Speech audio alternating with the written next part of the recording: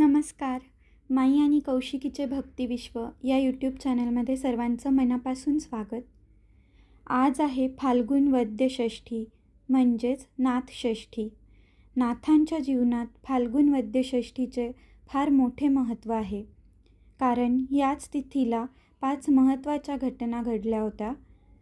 त्या म्हणजे नाथांचे गुरु जनार्दन स्वामी यांचा जन्म, जनार्दन स्वामींना झालेले दत्तदर्शन, जनार्दन स्वामींचा नाथांवर झालेला अनुग्रह, जनार्दन स्वामींचे देहावसान आणि एकनाथ महाराजांचे देहावसान.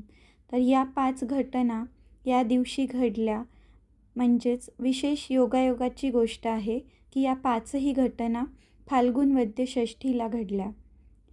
पैठणमध्ये हा षष्ठीचा उत्सव फार मोठ्या प्रमाणावर होतो. एकनाथ महाराजांनी प्रथम आपल्या गुरूंच्या पुण्यतिथीचा दिवस म्हणून हा उत्सव करण्यास सुरुवात केली आणि त्यानंतर पुढे मग एकनाथ महाराजांच्या भक्तांनी त्यांची ही पुण्यतिथी म्हणून तो उत्सव पुढे चालू ठेवला. त्याचेच औचित्य साधून आज आपण नाथांच्या बालपणीची एक कथा बघणार आहोत. ती अत्यंत प्रसिद्ध कथा आहे. कथेचं नाव आहे चूक दिडकीची आणि संधी सुवर्णाची. कुशाग्र बुद्धी, सेवाभाव, निर्मळ वर्तन, धार्मिक आचरण इत्यादी गुणांमुळे एकनाथ महाराज जनार्दन पंतांचे पट्टशिष्य बनले होते. एकनाथ महाराजांनी आपल्या विनयशील आणि सेवातत्पर वर्तनामुळे गुरूंचा पूर्ण विश्वास संपादन केला होता. जनार्दन पंतांनी एकनाथांवर हिशेब ठेवण्याचे जबाबदारीचे काम सोपवले होते. गुरूंच्या सेवेत तसूभरही अंतर पडू न देता एकनाथांनी नेमून दिलेली कामे मनोभावे केली. एके दिवशी सायंकाळी स्वामींनी दप्तराची तपासणी व्हावयाची आहे, तेव्हा हिशेब ठेव असे सांगितले. एकनाथांनी नित्याची गुरुसेवा करून रात्री हिशेब तपासण्यास सुरुवात केली. नाथांचे अक्षर अत्यंत वळणदार होते. हिशेब तपासताना जमा खर्चाच्या मेळात फक्त एका दिडकीची चूक दिसून येत होती. त्यांनी पुन्हा पुन्हा हिशेब तपासले तरी चूक काही केल्या सापडेना. सर्व बेरजा पुन्हा करून पाहिल्या, तसेच तेरीज ताळेबंद अनेक वेळा करून पाहिले तरीही चूक काही लक्षात येईना. मध्यरात्र उलटून गेली. एकनाथांचा जीव खालवर होऊ लागला. अनेक तऱ्हेचे विचार त्यांच्या मनात थैमान घालू लागले. आता उद्या आपण काय उत्तर देणार? गुरूंची आपल्यावर वक्रदृष्टी तर होणार नाही ना? करोडो रुपयांची उलाढाल केली, पण आजची 1 पैशाची चूक माझा घात करणार की काय? माझ्या प्रामाणिकपणाला कलंक लागणार की काय? इत्यादी विचारांच्या गोंधळात त्यांचे डोळे पाण्याने भरून आले.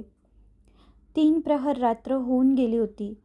जनार्दन पंतांना एकनाथ महाराज जवळपास दिसेनात म्हणून ते उठले. तो एकनाथ महाराज अद्याप इतका वेळ पावे तो हिशेब करत बसलेले त्यांना दिसले. ते हळूच त्यांच्या मागे जाऊन काही काळ उभे राहिले.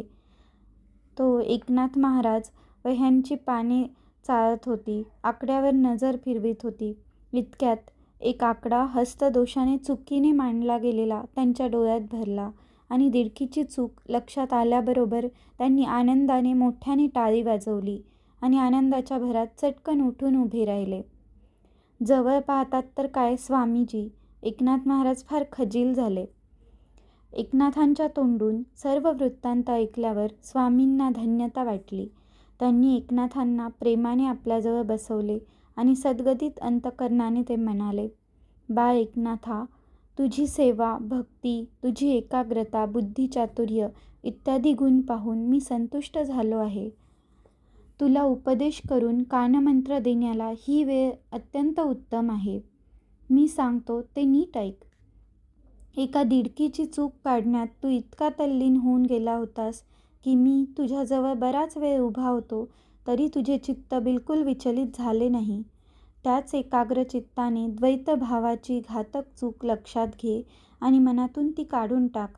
या विश्वात जी मायारूप मोठी चूक आहे तिचे शोधन करण्यास लागणारी एकाग्रता तू धारण कर. जगात चाललेल्या मायेच्या खेळाचे योग्य आकलन करून घेतलेस की ज्याच्याकरिता तू एवढी जीवाची धडपड करत आहेस तो ब्रह्मानंद फार दूर नाही. गृहस्थाश्रमात राहूनही प्रपंच व परमार्थ ह्या दोन्ही गोष्टी साधता येतात आणि जीवनमुक्त होता येते. यथाशक्ती दुःखितांचे दुःख कमी कर, अज्ञानी लोकांना सन्मार्ग दाखव, परोपकारात सतत देह झिजवून जीविताची सार्थकता कर. तुझ्या गुरुसेवेचा काळ आज संपला. या तपाची परिपूर्णता प्रत्यक्ष श्री दत्तगुरूंच्या दर्शनाने होईल आणि तेही तुला लवकरच घडेल. वरील उपदेशामृताचे घुटके घेताना एकनाथांचे अंतःकरण आनंदाने ओतप्रोत भरून गेले. शेवटी गुरूंना साष्टांग दंडवत घालून कृतार्थ झाल्याचा सात्विक आनंद एकनाथ महाराजांच्या चेहऱ्यावर दिसू लागला. जनार्दन स्वामींच्याच कृपेने एकनाथांना श्री दत्तात्रेयांचे प्रत्यक्ष दर्शन झाले आणि त्यांच्या आशीर्वादानुसार संत एकनाथ महाराज ग्रंथरचना करण्यास उद्युक्त झाले. आपल्या सर्वांनाच माहिती असलेली अत्यंत प्रसिद्ध अशी दत्तात्रेयांची आरती, त्रिगुणात्मक त्रयमूर्ती दत्त हा जाणा, त्रिगुणी अवतार त्रैलोक्य राणा, ही आरती संत एकनाथ महाराजांनी लिहिली. गुरूंचा उपदेश घेतल्यानंतर एकनाथ महाराज पैठणमध्ये स्थायिक झाले. तिथेच त्यांनी त्यांचे सारे आयुष्य भजन, कीर्तन, पुराण सांगून लोकांना भक्तीद्वारे मोक्षप्राप्ती करून घेण्यास सुलभ मार्ग दाखविण्याचे महान कार्य केले. वेदांतासारखा कठीण विषय सामान्य लोकांना नीट कळावा म्हणून एकनाथ महाराजांनी मराठीत भागवत हा ग्रंथ रचला. हा अतिशय लोकप्रिय असून वारकरी संप्रदायात याला ज्ञानेश्वरीप्रमाणेच फार महत्त्व आहे. तसेच भावार्थ रामायण, रुक्मिणी स्वयंवर इत्यादी ग्रंथ त्यांनी लिहिले. एकनाथ महाराजांनी स्फुट अभंगही पुष्कळ केले. त्यांच्या अभंगांची आणि ओव्यांची संख्या 60-70 हजारांवर सहज जाईल. शिवाय एकनाथ महाराजांचे भारूड सुप्रसिद्ध आहे.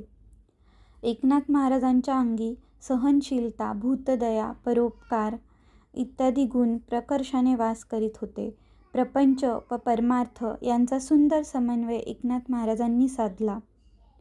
जगाच्या कल्याणा संतांच्या विभूती, देह कष्टविती उपकारे या उक्तीचे संत एकनाथ महाराज हे उत्तम उदाहरण